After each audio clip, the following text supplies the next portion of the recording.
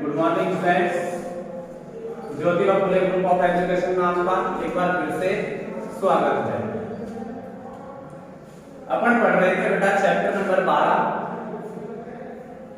वृत्तों से संबंधित क्षेत्रफल, जिसमें अपन 12.2 तक कंप्लीट कर चुके हैं।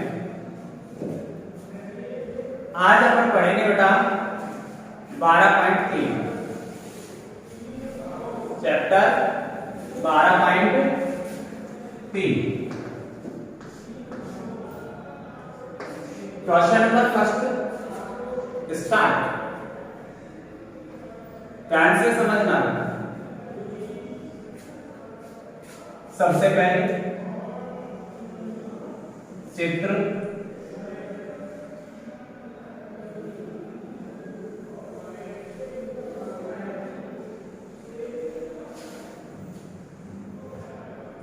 ये एक वृत्त है, ओके। ये इस वृत्त का केंद्र है, केंद्र हो गया। केंद्र के बाद ये जो लाइन आ रही है ये व्यास होती है। क्या होती है? व्यास। आप सभी जानते हो बेटा, दिखाई भी दे रहा है आपको कि इस व्यास की वजह से इसमें दो आधे आधे वृत्त बन जाते हैं। ये दो भागों में बट जाता है बेटा। दोनों भाग बेटा बराबर होते हैं क्योंकि व्यास मिडवे से जाता है। जब ये दोनों भाग बराबर हो जाते हैं तो इधर वाला भाग जो है ना वो अर्धवृत्त होगा। कैसा वृत्त होगा? आधा वृत्त। इसके साथ साथ आप देखते हो बेटा डिजाइन को, ये इस तरीके से कर रखी है, ये इस तरीके से कर रखी है।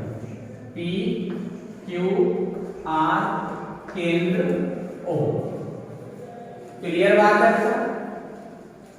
इसके बाद आप देखते हो बेटा कि ये वाला जो भाग है इसको रंग रखा है, इस वाले भाग को भी रंग रखा है। दिखाई दे रहा है आपको चित्र में, ये रंगे हुए भाग है। इसके बाद इसमें दिया है PQ बराबर को 24 से और PR बराबर 7 से। हमसे कही है बेटा कि छायांकित भाग का क्षेत्रफल ज्ञात करो। किसका क्षेत्रफल ज्ञात करने की कह रहा है? छायांकित भाग का। आपको स्पेशली ये तो पता नहीं है कि छायांकित भाग की डिजाइन है कैसी, नहीं है पता। जब हमको स्पेशली ये पता नहीं है कि छायांकित भाग की डिजाइन कैसी है तो हम क्या करेंगे बेटा कि इधर की साइड में जो आधा वृत्त बन रहा है, आधा वृत्त, इस आधे वृत्त में से अगर इस त्रिभुज को निकाल के फेंक दें, आधे वृत्त में से इस त्रिभुज को निकाल के फेंक दें तो ये छायांकित भाग बच जाता है। अब इस आधे वृत्त के लिए त्रिज्या की जरूरत पड़ेगी। क्या की जरूरत पड़ेगी? त्रिज्या की। त्रिज्या जो होती है बेटा वो व्यास की आधी होती है। त्रिज्या व्यास की आधी।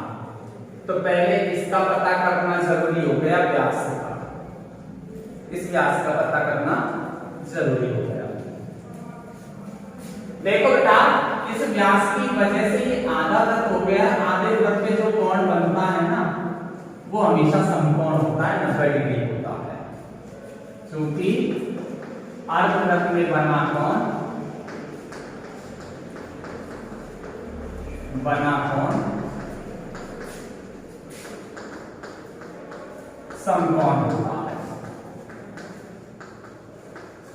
तब यहां समकोण हो गया तो इस 90 डिग्री के सामने की भुजा किसका काम करेगी? कर्ण का। ये आधार, ये लंब का। तो मुझे कर्ण ज्ञात करना है। कर्ण ज्ञात करने का फॉर्मूला होता है रूल के अंदर आधार स्क्वायर प्लस लंब स्क्वायर। कर्ण का नाम QR, कर्ण का नाम QR। रूल आधार ये कितना है? 7। लंब कितना है? 24। तो QR बराबर 7 का स्क्वायर 49, 24 का स्क्वायर 576। दोनों को जोड़ दूंगा बेटा 625 और 625 किसका वर्ग होता है? 25 का। तो ये QR व्यास बना था, तो व्यास कितना हो गया? 25 से। अतः R बराबर कितनी हो जाएगी बेटा? व्यास की R 25/2 सेंटीमीटर हो गया ना त्रिज्या। कैसे निकालना है छायांकित भाग का क्षेत्रफल? अभी तो पता है कि ये आधा वृत्त बन रहा है। इस आधे वृत्त में से त्रिभुज के क्षेत्रफल को निकाल के पटक दें, छायांकित भाग आ जाता है। तो अर्धवृत्त का क्षेत्रफल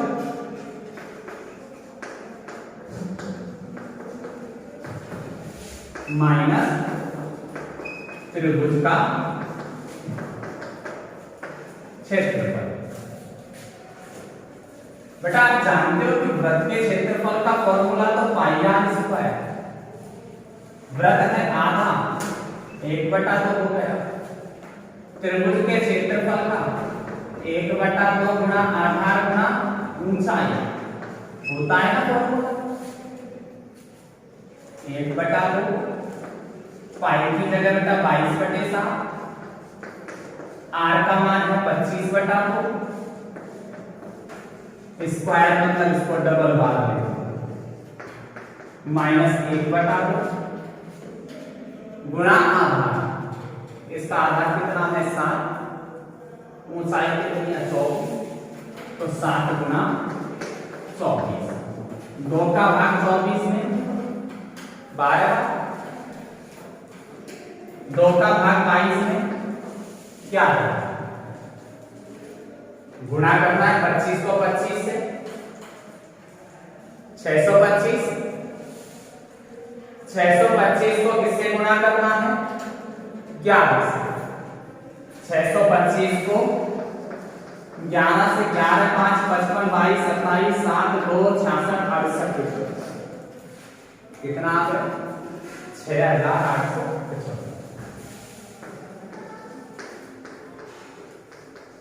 बटे में 7 दूनी 14 गुना 28 12 सत्य 84। बटे का सवाल है, लघुत्तम लेना पड़ेगा। लघुत्तम आएगा बेटा इसका 28। तो लघुत्तम से हल करें। 1 का भाग 28 में 28 बार। 28 को किससे गुणा करना है? 84 से। 28 का 56 है 112। हासिल 11 224 11 235। कर लोगे गुणा? तुम आराम से करना, कसर लीजिए। घटाएं 5 में से 2 गया 3, 7 में से 5 गया 2, 8 में से 3 गया 5, 6 में से 2 गया 4। बटे में 28 से स्क्वायर 8। बैठा होगा समझ भाई। करना क्या है? जहां भी छायांकित भाग दिख रहा है ना, उसके अलावा उस पूरी आकृति में से फालतू की चीज को हटा के फेंको। तो छायांकित भाग का यहाँ से यहाँ तक की डिजाइन में दिख रहा था, इस वाले डिजाइन में देख लो पोलिया हो रहा है, नहीं काम पोलियो हो गया, ये काम नहीं है। बचे हुए इस भाग में भी पोलियो हो गया, तो इसको भी निकाल के फेंक दिया, ठीक है ना। तो ये पूरा आधा वृत्त था, इसमें से त्रिभुज को निकाल के फेंकना था। लगा दिया फॉर्मूला, मान रख दिए, कैलकुलेशन की, सिंपल क्वेश्चन है।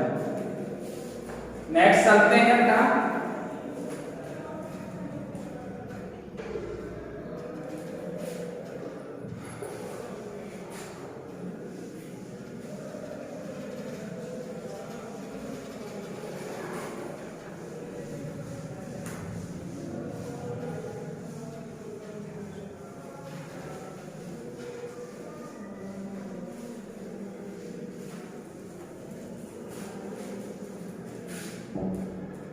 देखो क्वेश्चन नंबर सेकंड,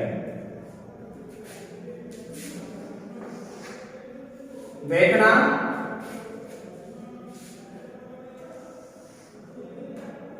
ये पता है सबको कि ये वृत्त है, ये इसका केंद्र है बेटा, जानते हो ना, ये त्रिज्या है, ये भी त्रिज्या है, तो ये डिजाइन त्रिज्य खंड की है, त्रिज्य खंड की डिजाइन हो गई। त्रिज्याओं के द्वारा बना खंड त्रिज्य खंड होता है, पता है, जानते हो। इस वाली डिजाइन को भूल जाओ, इस वृत्त को इसी केंद्र पर रखकर एक दूसरा वृत्त और घुमा दो, ये घुमा दिया ऐसे,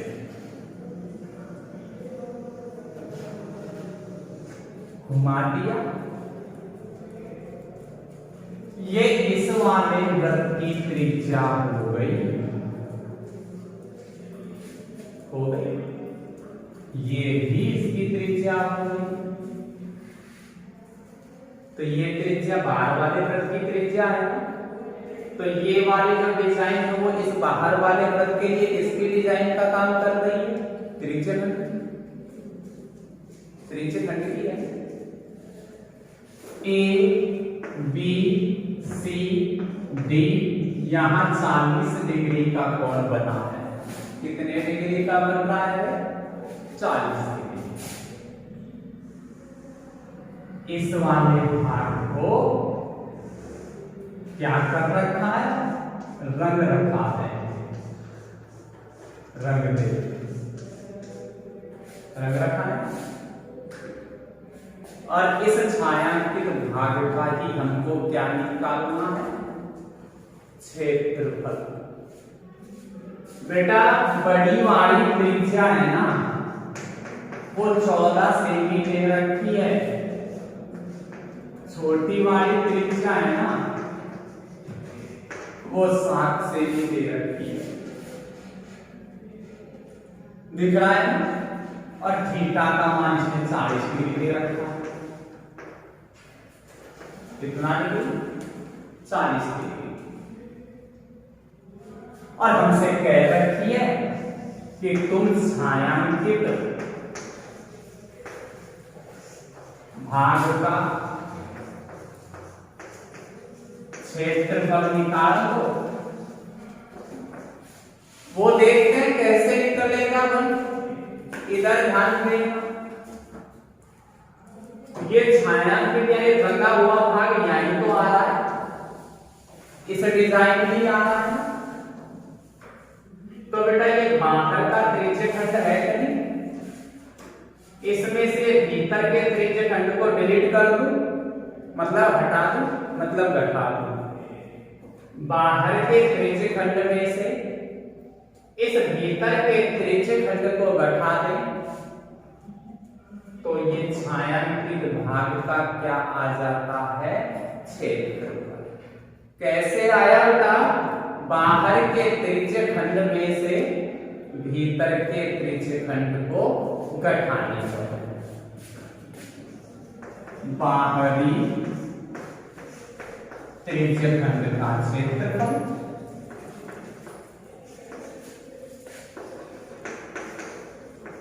माइनस भीतरी त्रिज्यखंड का क्षेत्रफल। प्रॉब्लम नहीं है। अब आप दासो जानते हो कि त्रिज्यखंड के क्षेत्रफल का सूत्र पाई आर स्क्वायर थीटा बटे 360। त्रिज्यखंड के क्षेत्रफल का सूत्र क्या होता है? पाई आर स्क्वायर थीटा बटे 360 डिग्री। मान रखो, उठा के पटक रहे और कुछ नहीं। पाई की जगह 22/7 रखाना है। आर बड़ा कितना है? 14। स्क्वायर मतलब डबल बार लिखना, थीटा की जगह 40 डिग्री लिखना, बटे में 360 डिग्री टिकाना है। पाई की जगह तो 22/7 लगाना है। स्मॉल आर का मान 7, थीटा की जगह 40 और बटा में 360। कट गया 4 नाम 36 कट गया। अरे ये भी कट गया 4 नाम 36। 7 दूनी के 14।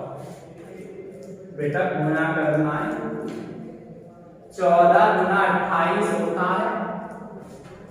28 को गुणा करना है 22 से। 28 गुना 56 5 61 बटे में 9 माइनस 22 154 बटे में है 9। लघुत्तम 9 आ रही है। बुनियादी समझ में आ रही है ना? तो 616 माइनस 154 गठागु 6 4 2 11 5 6 5 1 4 बटे में 9। और भी कटे ना, 8 2 कटे तो नहीं कोई बात नहीं। 3 दिए 9, 3 एकम 3, 3 पंज 15, 3 चौके 12 बराबर 154 के बटे में कितना आ रहा? 3। यही तो अपना आंसर है। देख लो,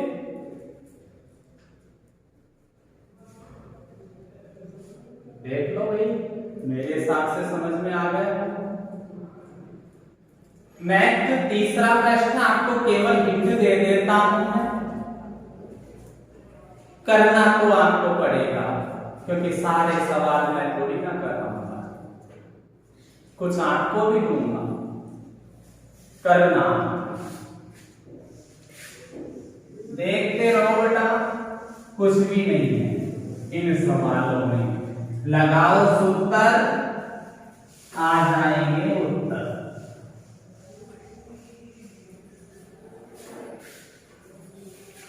तीसरे का क्वेश्चन जो है उसको थोड़ा हिंट से समझा देता हूं। ये तो सबको दिख रहा है कि एक वर्ग है। क्या है ये? वर्ग। ए बी सी डी, इसके अंदर बन गया आधा वृत्त। एक बार फिर से बन गया आधा वृत्त। जब ये आधे आधे वृत्त बन गए ना, तो देखना यहाँ का भाग है ना, ये दिख रहा है सबको। किसी की आंख का मिस्टेक हो तो इलाज करवा, नहीं तो देखते चलो। ये भाग, इसका क्षेत्रफल अपन को निकालना है, ठीक है। इसकी भुजा तो हमको बेटा 24 सेमी दे रखी है, 14 सेमी, सॉरी, कितना सेमी दे रखी है, 14 सेमी। अब आप देखोगे हमें इस छायांकित भाग का क्या निकालना है बेटा, क्षेत्रफल। तो हम करेंगे क्या, आपको खुद को ही दिख रहा होगा, पूरी डिजाइन किसकी, वर्ग की, जिसकी भुजा कितनी है, 14 सेमी। इसके अंदर ये बन गया आधा वृत्त, ये भी बन गया आधा वृत्त। तो पूरे वर्ग की आकृति में से डबल बार आधे वृत्त घटा दें तो छायांकित भाग का क्षेत्रफल आ जाता है। मैंने पहले सवाल में ही बताया कि आधा वृत्त जो होता है वो व्यास से होता है। कैसे होता है, व्यास से। तो ये जो लाइन है ना, वो इस आधे वृत्त के लिए व्यास का काम करेगी, और ये लाइन इस वर्ग की भुजा भी है। तो इस भुजा का क्या कर लूंगा, आधा। तो 14 की आधी करूंगा, कितनी होगी, 7। तो इस आधे वृत्त और इस आधे वृत्त के लिए त्रिज्या कितनी हो गई, 7 सेमी। तो वर्ग का क्षेत्रफल माइनस डबल बार अर्धवृत्त का क्षेत्रफल। तो आप सॉल्व करोगे मान रखिए, तो आपका उत्तर आ जाएगा 42 सेंटीमीटर स्क्वायर आंसर। दिक्कत रहेगी क्या, कर लोगे मेरे हिसाब से। नेक्स्ट बेटा चौथे प्रश्न पे चलते हैं अपन।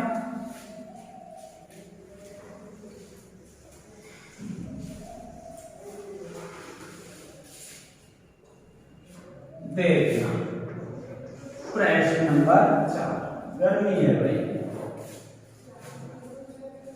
ये एक समबाहु त्रिभुज है बेटा, कैसा है रे, समबाहु, जिसकी सारी की सारी भुजाएं समान हो, ऐसा त्रिभुज है ये, ठीक है ना।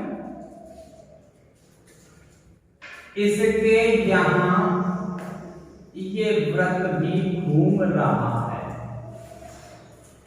घूम रहा है, घुमा दिया। ऐसा घुमाने के बाद ये भाग इसका है ना, ये रंग रखा है,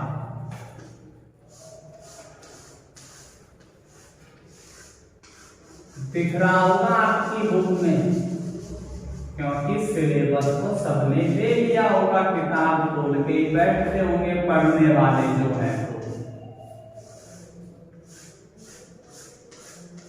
देखना कितना अच्छा बना है चित्र। ये इसका केंद्र है, वो ए बी, प्रॉब्लम नहीं, समझ में आ रही होगी। इसने कही है कि ये तो 6 सेमी है बेटा, और ये है ना, ये 12 सेमी है, ठीक है ना। और अपन को इस रंगे हुए भाग का क्षेत्रफल निकालना। तो बेटा देखो, सुनो गौर से, ये जो है वो तो इस वृत्त के लिए किसका काम कर रही है, त्रिज्या का। तो त्रिज्या तो इसमें कितनी हो गई है, 6 सेमी, R 6 सेमी। और ये जो है ना, ये इस वर्ग की क्या है, भुजा, भुजा बराबर होगी बेटा 12 सेमी।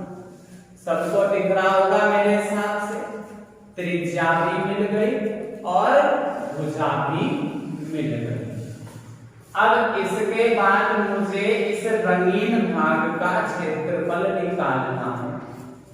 ये जो त्रिभुज जो दिया है, त्रिभुज पूरा का पूरा रंग रखा है, देखो रंग रखा है ना।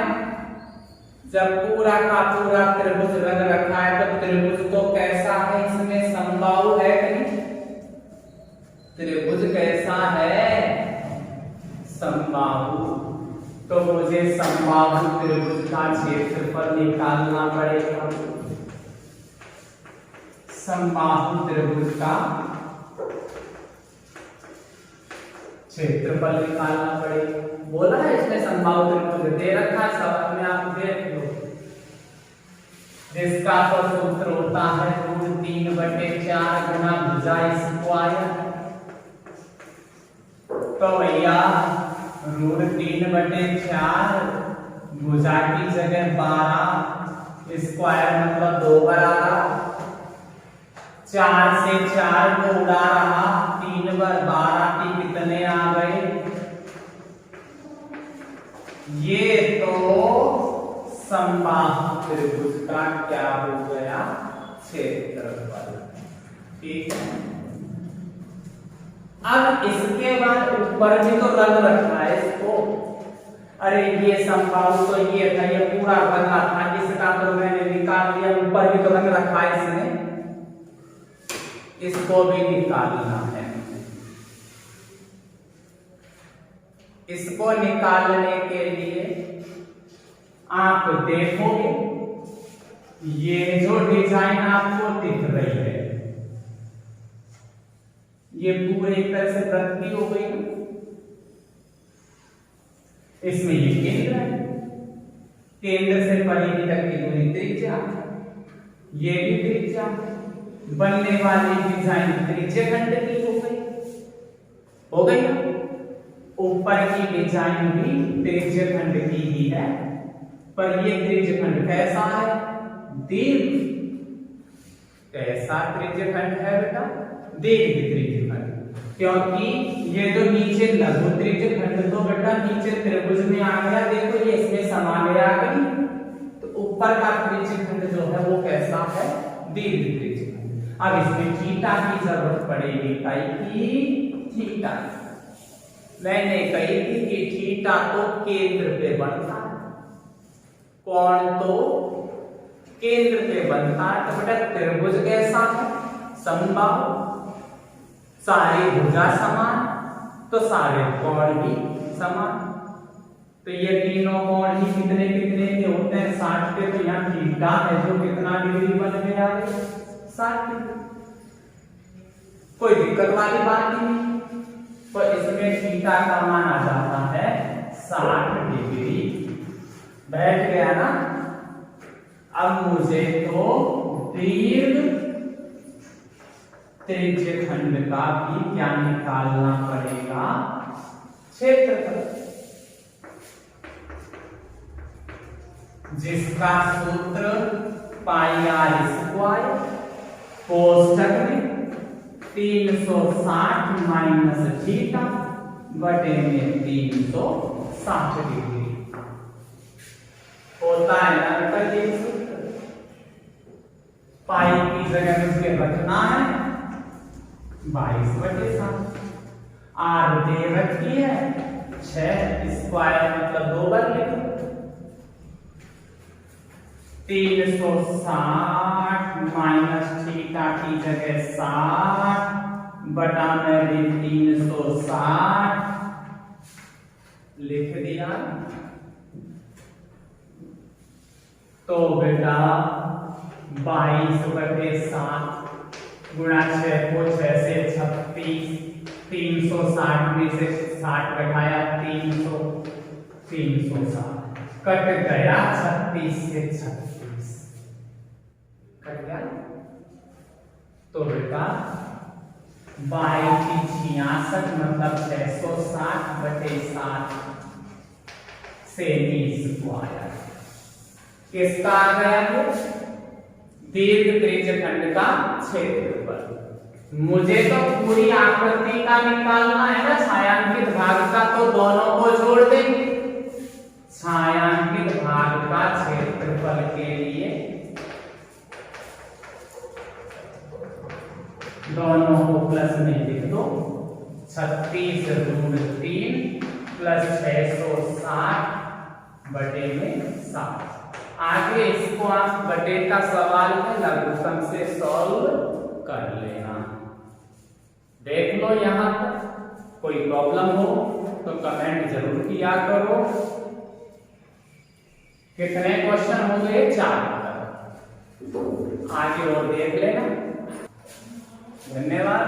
आज के लिए इतना ही बहुत है, कल फिर मिलेंगे।